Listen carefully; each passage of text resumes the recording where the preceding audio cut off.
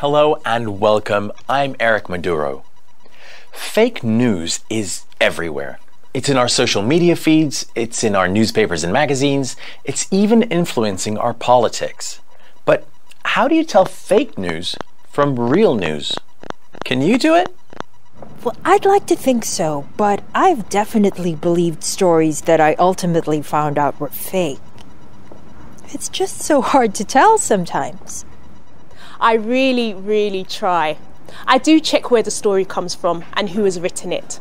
I might get fooled sometimes, but all in all, I'm pretty good. I am so gullible. I'm learning, but I used to believe everything I read, even on the internet.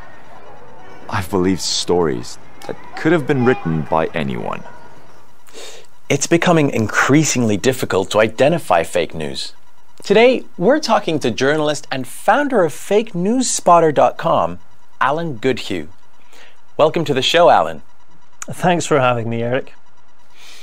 You run a website called Fake News Spotter, but tell us, what is fake news? It's important to point out that fake news is nothing new. In fact, I think it's uncontroversial to say that fake news is as old as news itself. In the past, newspapers frequently printed sensational stories. This type of journalism wasn't responsible reporting.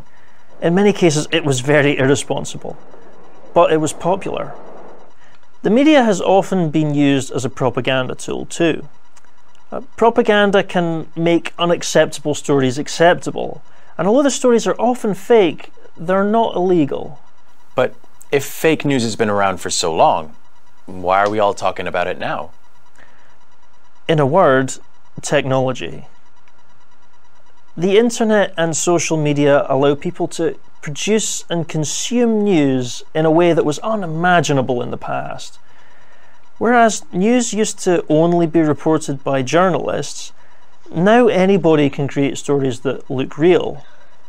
It's almost impossible to tell whether it's from a responsible reporter or someone more undesirable. Is there any way to find out? Yes, there is.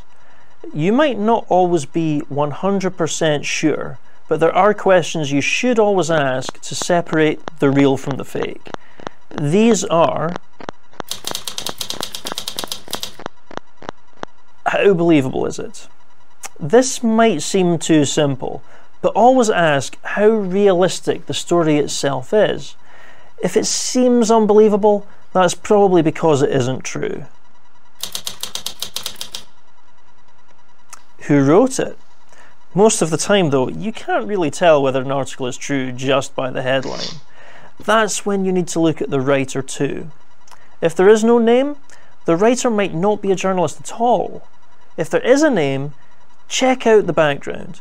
Do they look responsible, or is there other material unsatisfactory too? What is the evidence?